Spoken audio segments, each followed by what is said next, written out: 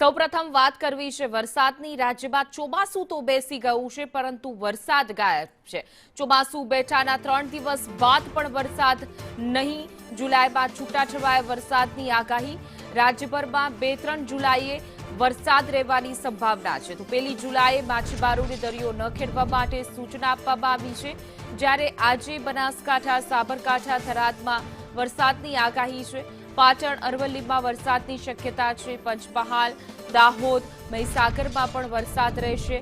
સુરત, ડાંગ, તાપી, વલસાડમાં પણ વરસાદની શક્યતા વ્યક્ત કરવામાં આવી છે।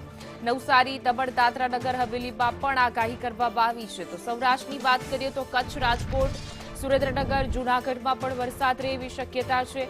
અમરેલી, ભાવનગર, મોરબીમાં પણ વરસાદની આગાહી છે। આ તરફ ગીર સોમનાથ અને બોટાદ, દીવમાં પણ આગાહી છે। 40 થી 60 કિલોમીટર પવને ઝડપે પવન ફૂંકાય એવી શક્યતા।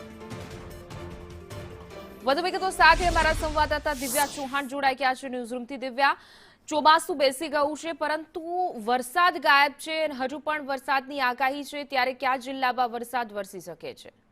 રાજ્યમાં ચોમાસું બેઠું છે, પરંતુ ચોમાસાની ગતિ ખૂબ જ ધીમી છે। તેના કારણે અન્ય વિસ્તારોમાં વરસાદની હજી ઘટ જોવા મળી રહી છે। જ્યારે દક્ષિણ ગુજરાતમાં ચોમાસાની અસર છે તે યથાવત જોવા મળી રહી છે। ત્યારે અલગ અલગ વિસ્તારોમાં જો વાત કરીએ તો અલગ અલગ વિસ્તારોમાં પણ આ જ પ્રકાર દક્ષિણ ગુજરાતના ભાગો, જેમાં સુરત, નવસારી, ડાંગ, તાપી સહિતના તમામ જે વિસ્તાર છે, જ્યાં આજે ભારે વરસાદ પડી શકે તેવી સંભાવના છે। તો સૌરાષ્ટ્રના ભાગોમાં પણ જૂનાગઢ, પોરબંદર, ગીર સોમનાથ, વેરાવળ સહિતના તમામ જે વિસ્તારો છે ત્યાં પણ આજના દિવસે વરસાદ પડી શકે તેવી સંભાવના વ્યક્ત કરવામાં આવી છે।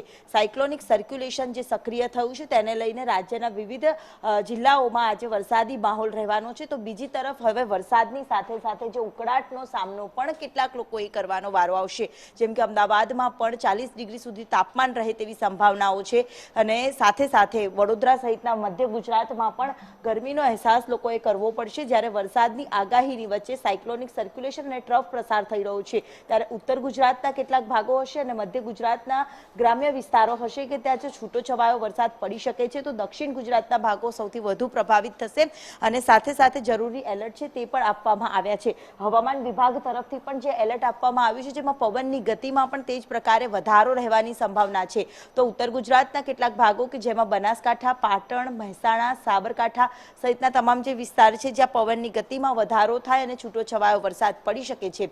તો બીજી તરફ અરવલ્લી, મહીસાગર, પંચમહાલ સહિતના વિસ્તારો, દાહોદ, છોટા ઉદેપુર સહિતના વિસ્તારોમાં પણ આજે વરસાદ પડી શકે તેવી સંભાવના છે, અને જેને ઓરેન્જ એલર્ટ તરીકે પણ જાહેર કરવામાં આવ્યું છે।